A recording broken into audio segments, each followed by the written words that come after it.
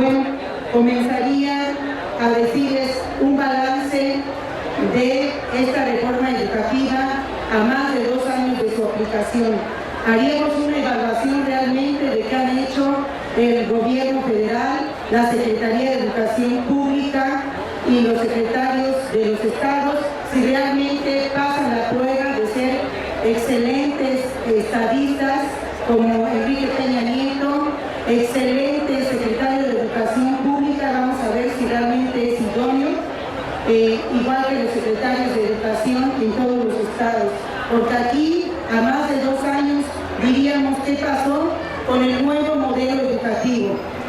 Hay un nuevo modelo educativo, hay planteamientos respecto a los planes y programas de estudio, hay una vinculación con los libros de texto que están realmente transformados y modificados, dado que el mismo Choiper reconoció que había errores científicos y pedagógicos, además de los de redacción y ortográficos. Hay nuevos principios y fines, una metodología educativa. Diríamos que sí o que no. Efectivamente, ahí ya llevan un tache. También respecto a la organización escolar, ¿qué ha pasado con esa? Fue lo primero que hicieron al imponer la normalidad mínima escolar mediante control, vigilancia y optimización de recursos económicos, materiales, humanos y de los tiempos, ya que ahora los maestros están totalmente controlados en sus movimientos, en sus acciones. Ya no hay esa libertad de cátedra que tenían dentro de su escuela y de su aula escolar. ¿Qué pasa con la infraestructura escolar? Como lo dijo el doctor Hugo Casanova, vemos perfectamente que se ha sometido a una gran corrupción.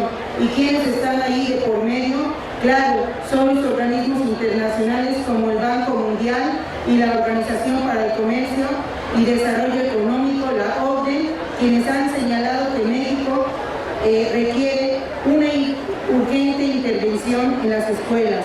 Por ejemplo, la OCDE señaló que del gasto público total en educación, solo el 1.9% se destina a infraestructura, en tanto que el promedio de los países miembros de este organismo es de 7.8%, lo que demuestra el rezago de la inversión en infraestructura educativa en México.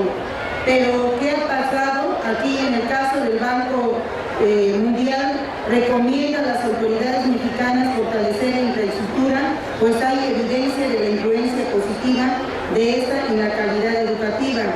En cambio, la inadecuada infraestructura repercute negativamente en el desarrollo de la población estudiantil.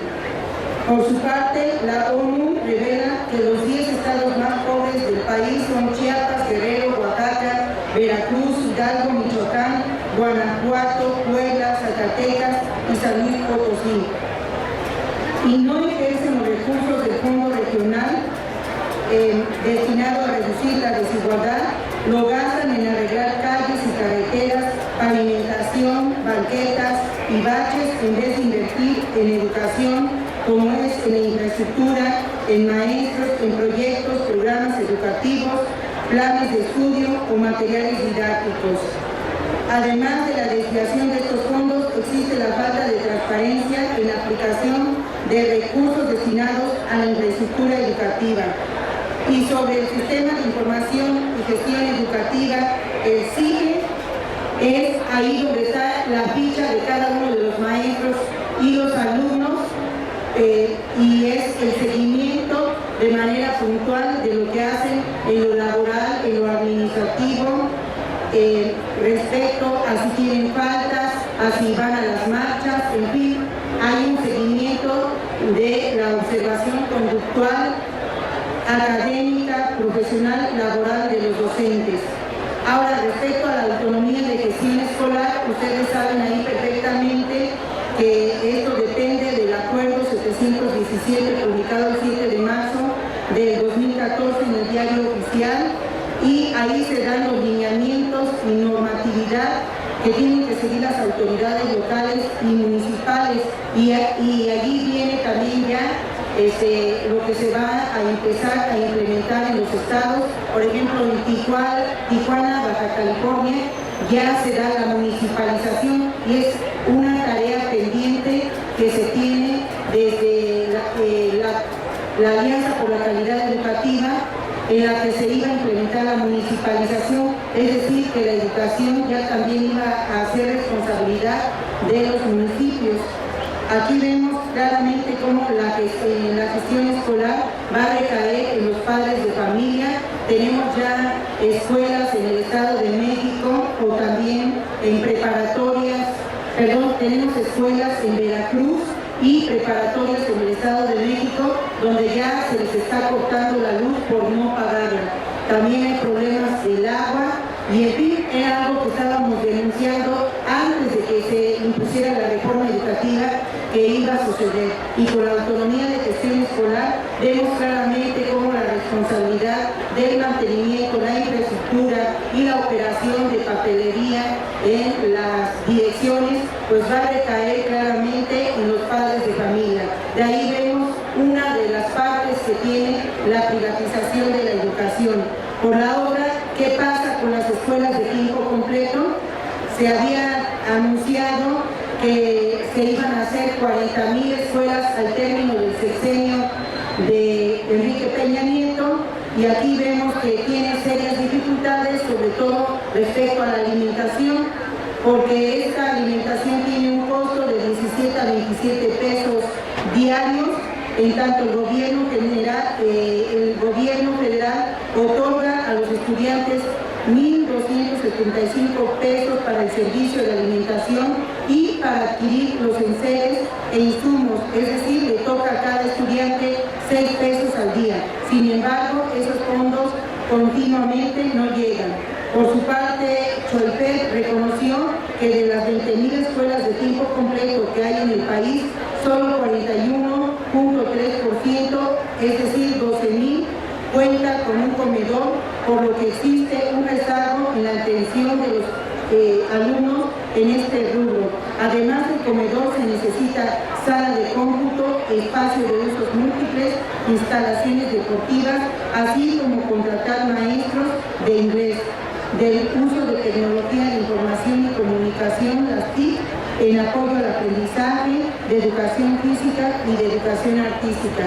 Por lo tanto, vemos que las escuelas de tiempo completo necesitarían por lo menos 175 años para que realmente funcionaran en este país, por lo cual vemos que estamos bastante atrasados en ello.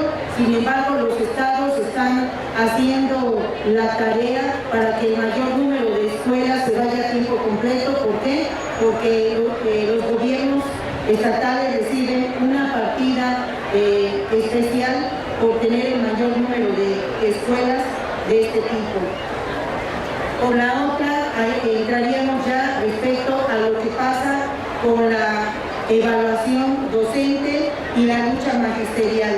Aquí cabe recordar que en la memoria histórica, no solo del magisterio, sino del pueblo en general, debe de estar presente la pérdida y la desaparición forzada por el crimen de Estado de nuestros 43 normalistas.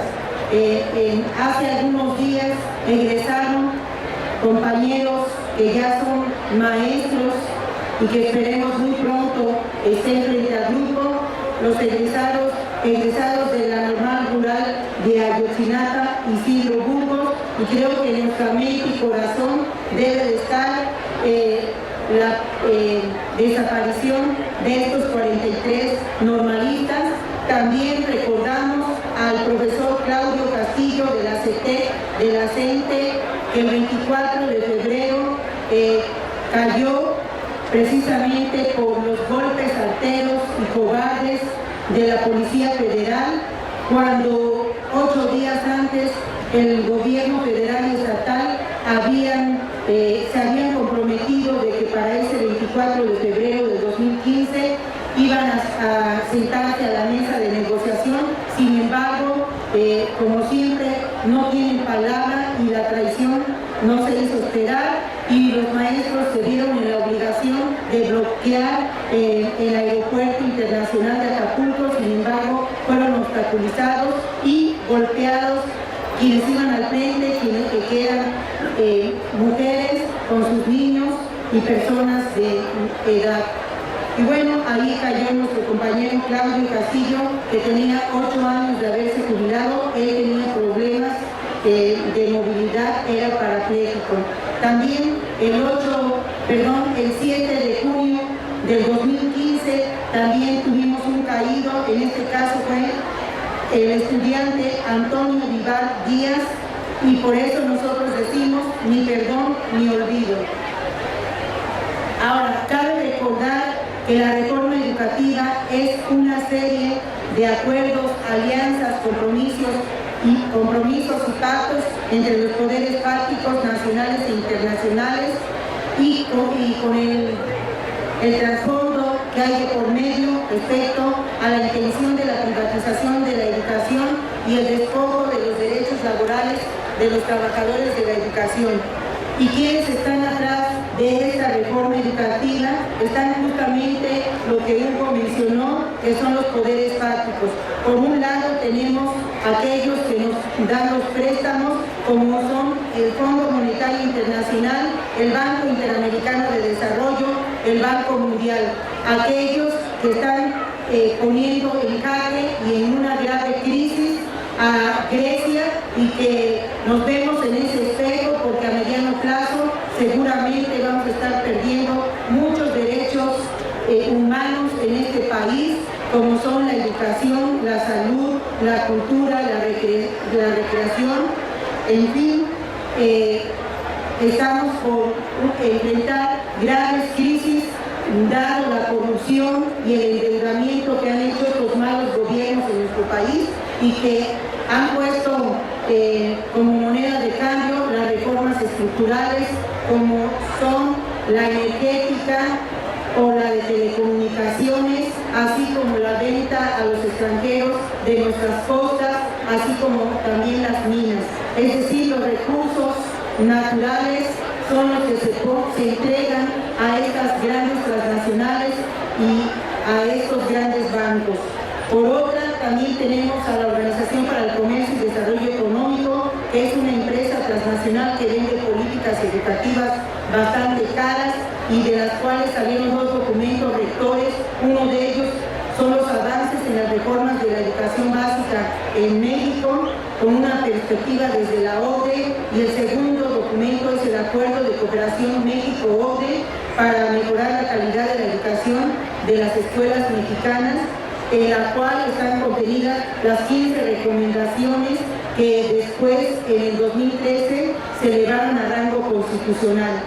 Por la otra, dentro de estos poderes fácticos están Mexicanos Primero, y bueno, estos desde el 2008 al 2012, en el cual formaba parte Silvia Esmerquez, en el Consejo Académico, y es autora precisamente de 4 documentos rectores, como son Contra la Pared en el 2009, Brechas 2010, Metas 2011 y ahora es Cuándo 2012. Este último, allí ya está definido, diseñado del 2012 al 2024 de manera puntual qué se debe de hacer en la educación en nuestro país, y no conforme con eso, ya pensaron que en el 2022 ya están fijadas también las acciones del 2024 al 2036, es decir, ambiciosos en su acción, ya pensaron hasta el 2050, y con ello está ya determinada de manera puntual el destino de los niños y jóvenes para estos años. Y bueno, dentro de esto yo digo que es parte de la neocolonización que se ha estado dando a lo largo de estos 2 años, por una, al entregar nuestros recursos naturales al extranjero, pero también en disponer de los recursos humanos para varias décadas como mano de obra barata al extranjero, y desgraciadamente ya sin derechos laborales y en condiciones de seguridad esclavitud.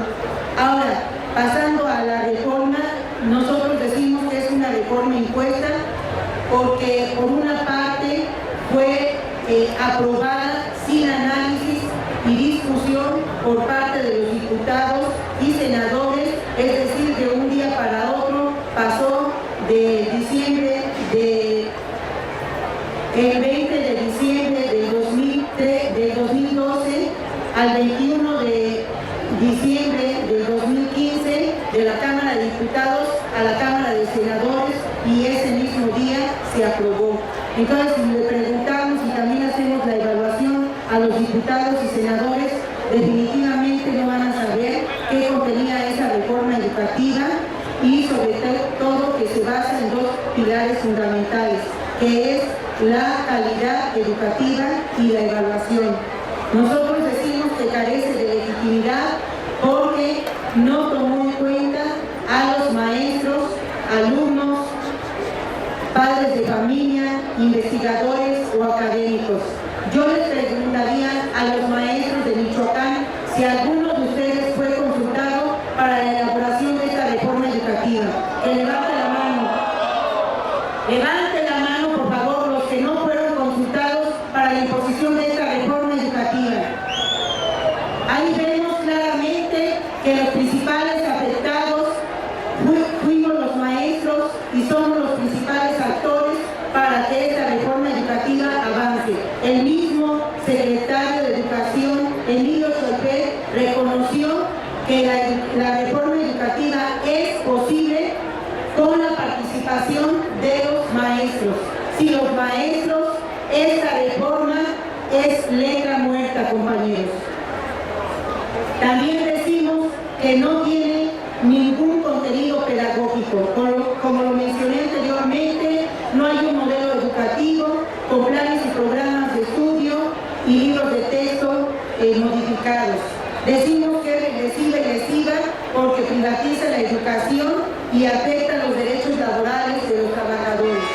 Reemplaza valores históricos por los del mercado, es decir, se pierden los valores de solidaridad, identidad nacional, el amor a la patria, y en su lugar se imponen valores de mercado como la eficacia, eficiencia, productividad, competencia, individualismo. Y claro está que solamente se responsabilizó a los maestros como los únicos responsables de la crisis educativa. Pero ¿dónde queda un diagnóstico, seguimiento y evaluación de las políticas educativas que se vinieron aplicando desde 1992 a la fecha, como es el Acuerdo para la Modernización de la Educación Básica, como es el Compromiso por la Educación, en la cual participó el Baster Gordillo con todos y en la cual fueron invitados todos los empresarios de este país en el año 2002.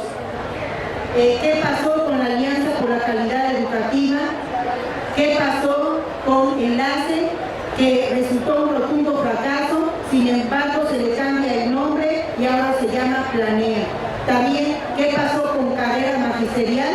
Resultó también un rotundo fracaso porque no impactó de manera positiva la mejora educativa. Y sin embargo, ahora se cambia por otro nombre que es el de la promoción y estímulos a la docencia. Y por la otra, nosotros concluimos que sí se impone una evaluación punitiva porque el castigo con la evaluación es el despido a los maestros. Por ello, nosotros recordamos perfectamente cómo ese 26 de febrero del 2013 se impone la reforma al artículo 3 y 73 constitucional. 6 meses después, el 11 de septiembre, se imponen las leyes secundarias que corresponden a la ley del Instituto Nacional de Evaluación Educativa, a la Ley General de Educación y a la Ley del Servicio Profesional Docente. Esta última es la que regulariza el trabajo docente. Y ustedes recordarán que en marzo del 2014 se impone la armonización de las leyes secundarias en los estados, con lo cual se viola la soberanía de cada uno de los estados de la República Mexicana. Por la otra parte, profesional docente, que es una ley reglamentaria, establece los criterios para el ingreso, promoción, reconocimiento y permanencia en el servicio. Y ahí a la letra dice que será nula y en consecuencia no surtirá efecto alguno toda forma de ingreso o promoción distinta a lo establecido en esta ley. Sin embargo, quiero decirles que en el estado de Oaxaca y Michoacán principalmente han demostrado tener realmente una autonomía e independencia de conciencia de clase por la defensa irrestricta de los derechos adquiridos históricamente, porque aquí se imponen los derechos laborales que se defienden a toda costa, compañeros.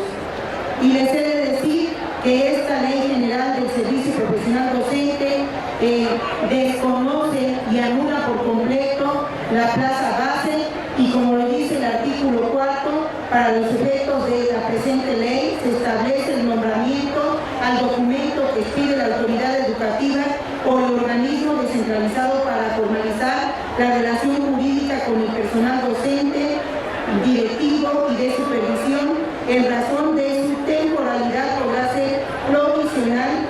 Es el nombramiento que cubre una vacante temporal menor a 6 meses por tiempo fijo, es el nombramiento que se otorga por un plazo previamente definido, y el nombramiento definitivo, que es el nombramiento de base que se da por tiempo indeterminado en términos de esta ley y de la legislación laboral. Les he de decir que aquí hay una trampa, porque por una se habla del nombramiento definitivo, pero de manera contradictoria, ambigua, se habla de que es por tiempo indeterminado. Yo, como maestra de educación primaria, ahí lo reprobaría, porque el concepto de definitividad no es el mismo que el de indeterminado. Por lo tanto, aquí quedan también reprobados.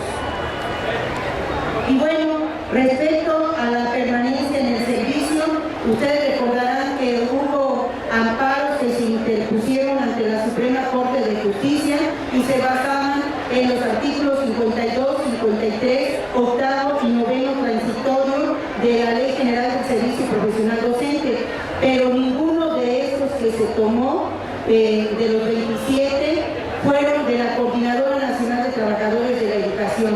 De manera tramposa tomaron otros, eran totalmente con serias deficiencias jurídicas y legales. Con esta manera, bueno, se anulaban los 27,000 amparos interpuestos por la coordinadora, y entonces aquí vemos claramente el papel que está jugando la Suprema Corte. Respecto a qué dice el artículo 52, ahí habla perfectamente de que la evaluación será obligatoria y se aplicará por lo menos cada 4 años. Y en el artículo 53 se habla de que esta evaluación se va a aplicar tanto a los nombramientos provisionales como definitivos, y será la misma aplicación de 3 oportunidades. Y aquí dice claramente que en caso de que el personal no alcance un resultado suficiente en la tercera evaluación que se le aplique, se darán por terminados los efectos del nombramiento correspondiente, sin responsabilidad para la autoridad educativa o el organismo descentralizado según corresponda. Y sin embargo, en el octavo y noveno transitorio se contradice, y bueno, estos fueron agregados posteriormente al calor de la movilización tan fuerte que se tuvo en el 2012, 2013, y bueno, en el octavo transitorio ahí habla de aquellos que tienen nombramiento definitivo, y dice: el personal que no alcance un resultado suficiente en la tercera evaluación no será separado de la función pública y será readscrito para continuar en otras tareas, o se le ofrecerá incorporarse a los programas de retiro que se autoricen. Sin embargo, recuerden, compañeros, este es un artículo transitorio. En un mediano o largo plazo, estos pueden salir del cuerpo jurídico de esta ley. En el noveno transitorio habla de aquellos que tienen nombramiento provisional y dicen que continuarán en la función que desempeñan y será sujeto de la evaluación al personal que obtenga resultados suficientes. En dicha evaluación se le otorgará nombramiento definitivo y será separado del servicio público sin responsabilidad para la autoridad educativa el personal que 1. se niegue a participar en los procesos de evaluación, 2. no se incorpora al programa de regularización, 3. obtenga resultados insuficientes. Pero yo les he de recordar que tan solo, y repito, en Oaxaca y Michoacán, ya por tercera vez consecutiva no presentaron esa evaluación. ¿Y qué ha pasado, compañeros? Y entonces, un ejemplo muy importante que ustedes están haciendo de los malos maestros para todo el Estado de la República, porque ahí está claro que cuando una ley es injusta, lo correcto es desobedecerla, pero también es echarla abajo, compañeros. Ahora, respecto al proceso de ingreso, aquí vemos que se dice que si los jóvenes, cuando presentan su examen a los 6 meses de servicio, si no tienen una nota desfavorable, tendrán un nombramiento definitivo y tendrán un acompañamiento de tutoría por 2 años. Sin embargo, también les he de decir que aquí están reprobadas las autoridades, porque en el caso del Distrito Federal tenemos compañeros que tienen 6 meses de estar frente al grupo y no 1 año, y sin embargo ya van a ser evaluados este 15 de agosto en el examen diagnóstico. Por la otra, también no se cumplió la tutoría que deberían de tener durante ese año de servicio. Pues aquí 2 situaciones se están violando con los maestros de nuevo ingreso. Una, que hay muchos que no tienen 1 año de servicio, y la segunda es que no han tenido ese acompañamiento de tutoría. Entonces, aquí, sin embargo, los maestros temerosos se ven obligados a presentar este examen, y les repito, para este 15 de agosto, lo cual da muestra de la resistencia y lucha que ustedes están haciendo, porque aquí no se está cumpliendo lo que según ellos están prometiendo. Por la otra, también en el artículo 24 de esta ley se habla sobre los concursos de oposición para el ingreso que se celebren en los términos de esta ley, y aquí se dice que para el 2016 la convocatoria va a quedar abierta para todos aquellos que quieran participar sin demérito de origen, residencia, lugar o formación profesional. ¿Y qué significa esto? Que ya no necesariamente van a tener prioridad los egresados de las normales, y en especial de las normales rurales. ¿Qué significa esto? Que por la vía de los hechos quieren desaparecer a las normales, tanto públicas como privadas, de las zonas rurales y de las zonas urbanas. Y de esta manera, bueno, se ampliaría el espectro para la privatización de la educación superior. Y bueno, por la otra, ¿qué pasa? También vemos respecto a lo que queda de carrera magisterial. Ustedes recordarán que para el 31 de mayo ya queda fuera la que es la carrera magisterial, y en su lugar es el programa de promoción en la función por incentivo. Y aquí, bueno, hay una serie de clavas y dificultades. Dentro de ellas está que el programa de promoción en la función consta de 7 niveles de incentivos, cada uno de los cuales tiene una vigencia de hasta 4 años. Y hay que refrendarla. Si ustedes durante 4 años la presentan y no salen idóneos, entonces tienen 1 año para prepararse y defender esa permanencia. Y vemos ahí cómo queda esta evaluación. En los resultados, si ustedes salen no suficientes, las implicaciones del servicio profesional es la regularización por la tutoría y formación continua. Si salen suficientes, tienen la permanencia por 4 años y participación en el programa de desarrollo profesional. Y si es de destacado, que les he de decir que salen con un promedio de 3.5% como una calificación máxima, participan en el programa de promedio en la función. Y respecto al incremento, tienen un ascenso en el programa de promoción en la función. Así que imagínense, aquí tendría que tener un aumento del 180% durante 28 años, ¿no? O sea, desde que ustedes inician su primer año hasta 28 años después, tendrían como máximo un 180% de aumento a su salario en zonas urbanas, pero en zonas marginadas o de rezago tendrían hasta 222% de aumento. Sin embargo, bueno, son los que tienen un más bajo salario, los maestros que trabajan en zonas marginadas.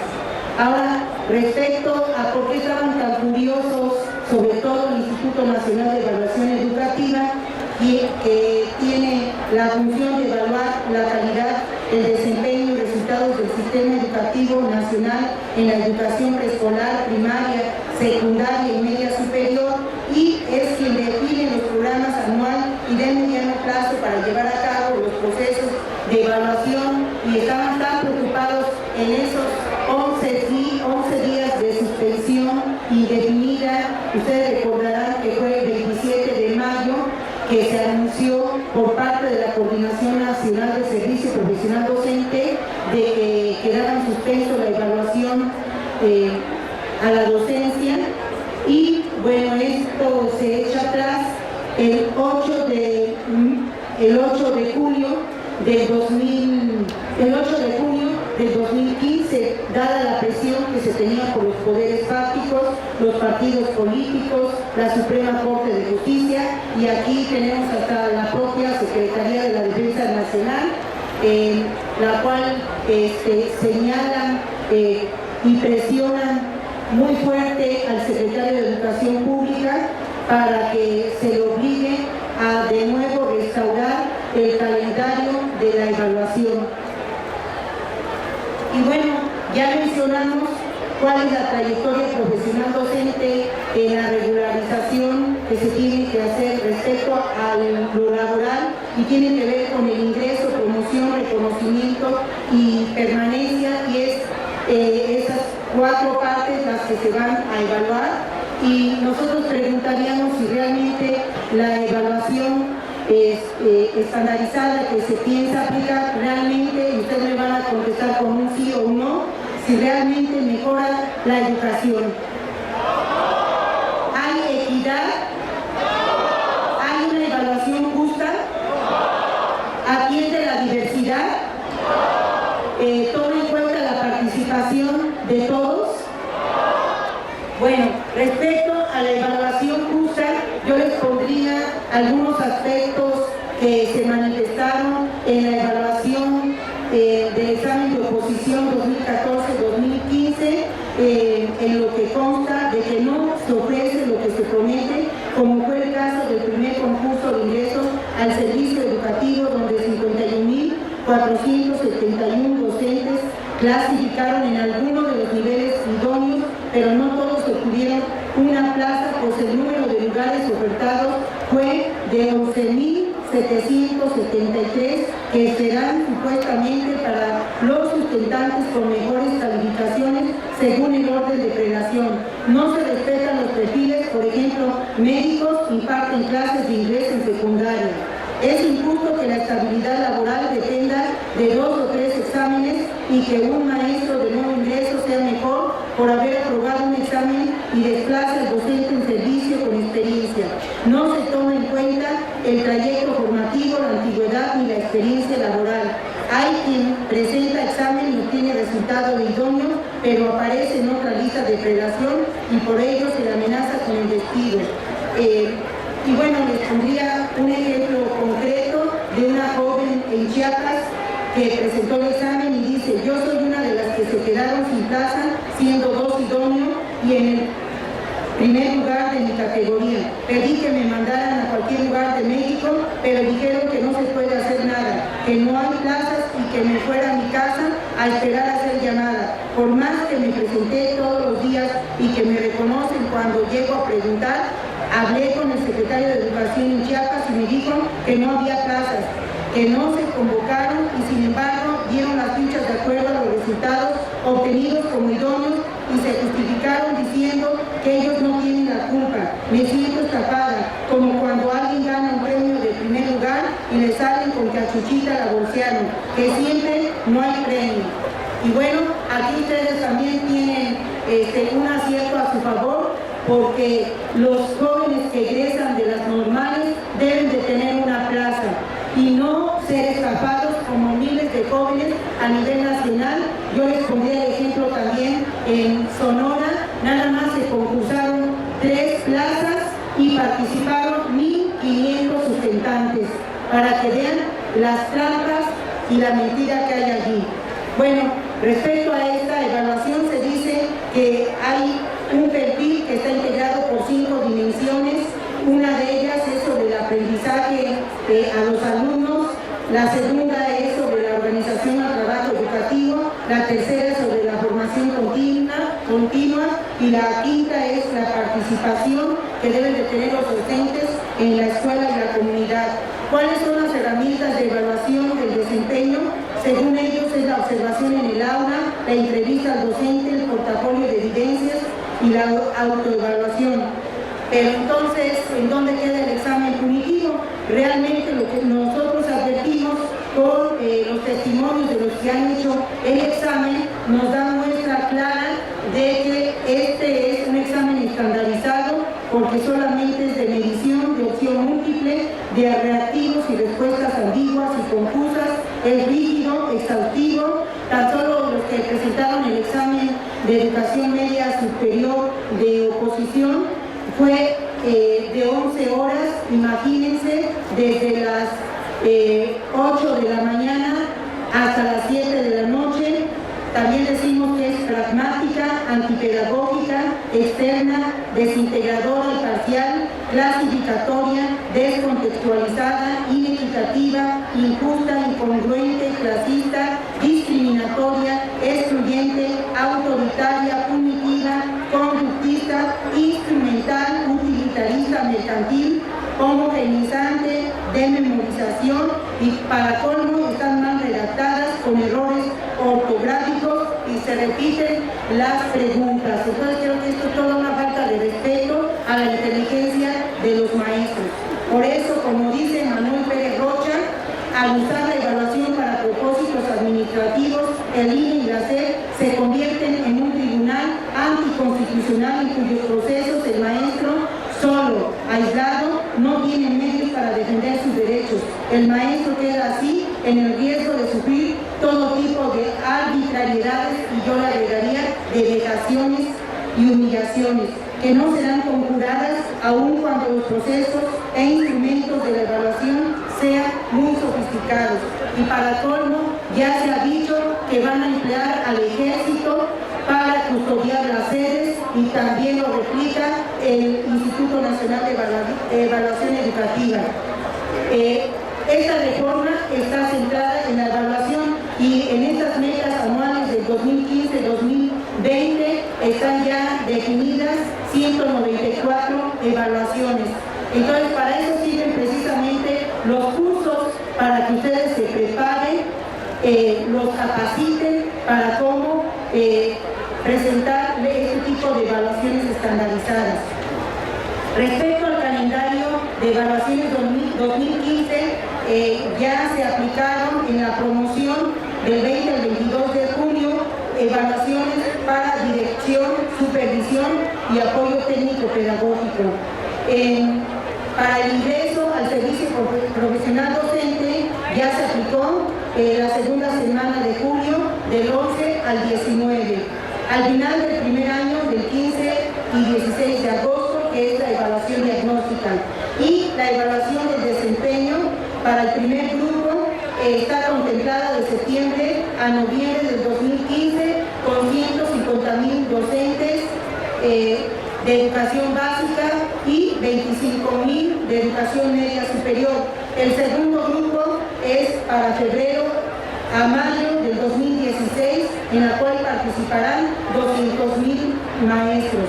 Y de febrero a mayo del 2017 y de febrero a mayo del 2018 serán evaluados el resto de los docentes, es decir, se pretende evaluar a un total de 1.475.456 maestros. ¿Creen que pase esta evaluación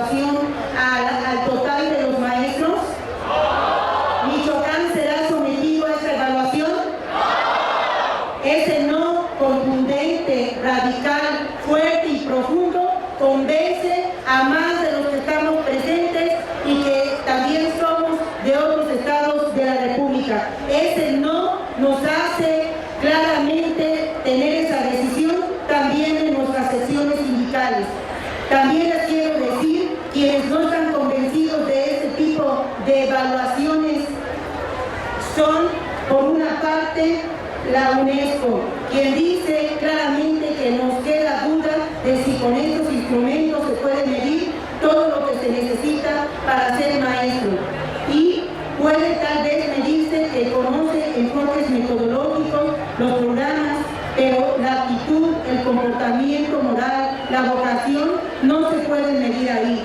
Y entonces lo que pretenden medir es justamente los conocimientos, pero cómo serán capaces de evaluar la práctica educativa. Hasta el propio Instituto Nacional de Evaluación Educativa reconoce que este tipo de evaluación es altamente complejo, es sumamente complicado. Y también otro ejemplo de que no es posible evaluar de manera masiva y estandarizada a los maestros, lo dice Diane Ravitch, quien fue investigadora, conservadora y subsecretaria de Educación en los 90, quien en esta época promovió la evaluación de maestros y los exámenes. Actualmente Ravitch se desdice del modelo y muestra con amplia documentación las numerosas formas de distorsión y corrupción que generó y los efectos perversos que el modelo y sus correlatos, como las escuelas privadas subvencionadas por el Estado, han tenido sobre el sistema educativo norteamericano, en particular sobre el tejido social comunitario que se mantenía en torno a las escuelas públicas. Es un interesante caso contrario a la constante amnesia histórica de la administración educativa. Así es que lo dice una alta funcionaria en Estados Unidos. Y bueno, aquí ¿qué proponemos en la Coordinadora Nacional de Trabajadores de la Educación? Proponemos la lucha y la resistencia, que está sustentada en 4 rutas. Una de ellas es la jurídica, y aunque ya sabíamos de antemano que la Suprema Corte de Justicia de la Nación no impone el Estado de Derecho ni la justicia al pueblo de México, sino que ésta se ve definida por los poderes fácticos ya mencionados. ¿Y qué queda al Magisterio Nacional? Es precisamente interponer una lucha jurídica a nivel internacional ante la Comisión Interamericana de Derechos Humanos y ante la Organización Internacional de Trabajo. Por la otra, hay que hacer una lucha y resistencia del aspecto político, y les he de mencionar que recientemente la coordinadora tiene propuestas. Permítanme.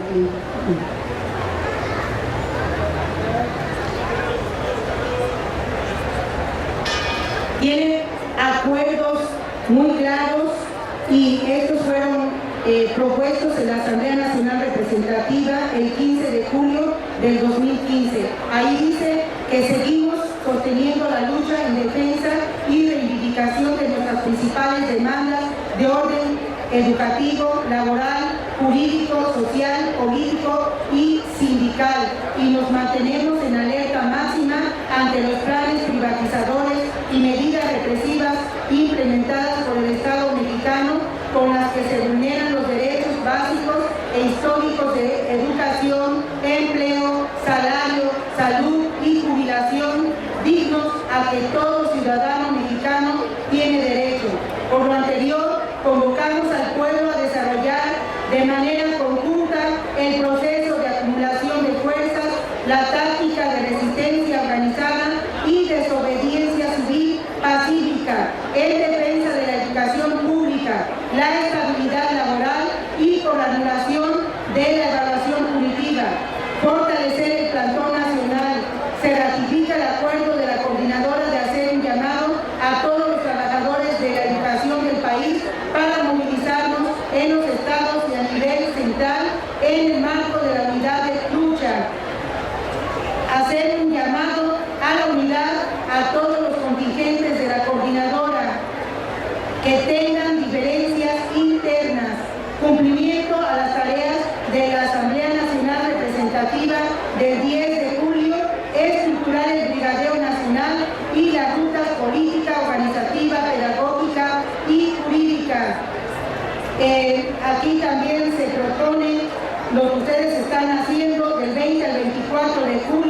el taller del educador popular.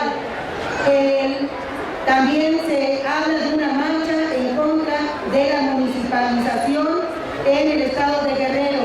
El 23 de julio, la movilización con actividades pedagógicas en la Suprema Corte de Justicia, que aceptó la legalidad de la evaluación punitiva y el despido de los maestros.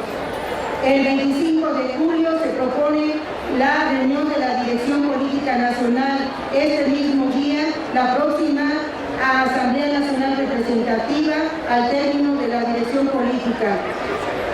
También para el 26 de julio se acuerda realizar una acción global por Ayotzinapa y por México. Y del 16 al 25 de julio, la semana de organización y acumulación de fuerzas.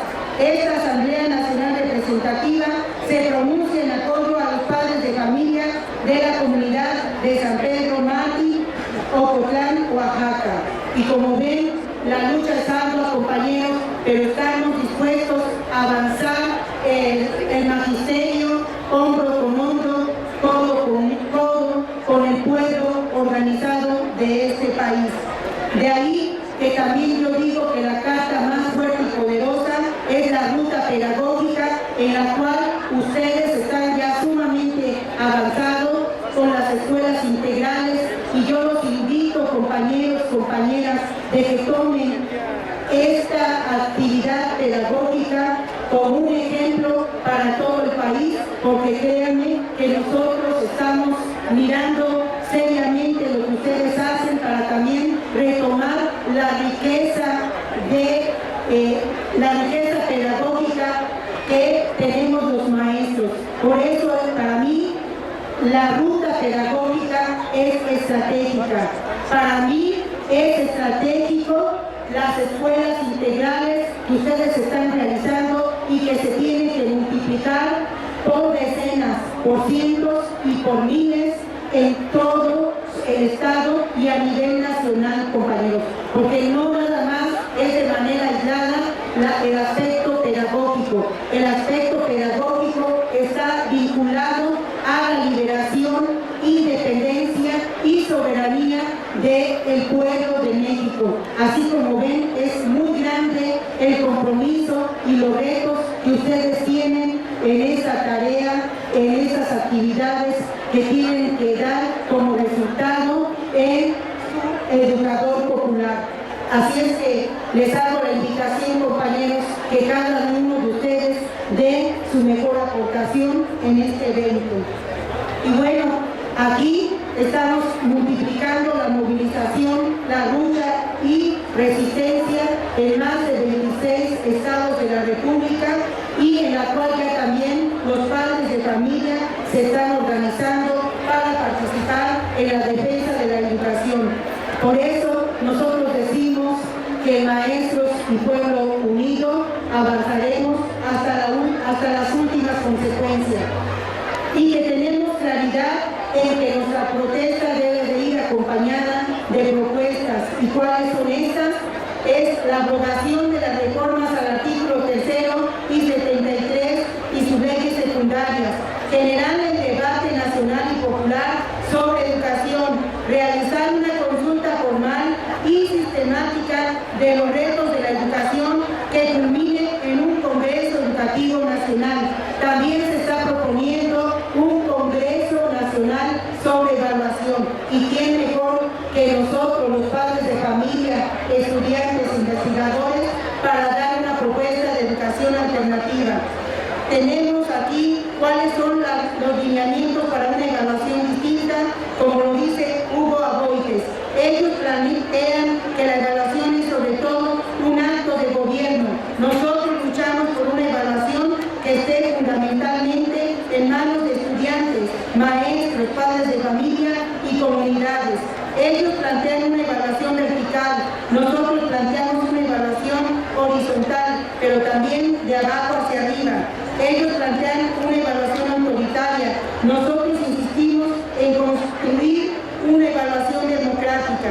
La evaluación que se nos impone es centralizada. Nosotros exigimos respeto a la enorme diversidad diversidad de regiones y culturas propias de la identidad mexicana. Para lograr la calidad de la educación, ellos parten del individuo. Para mejorar la educación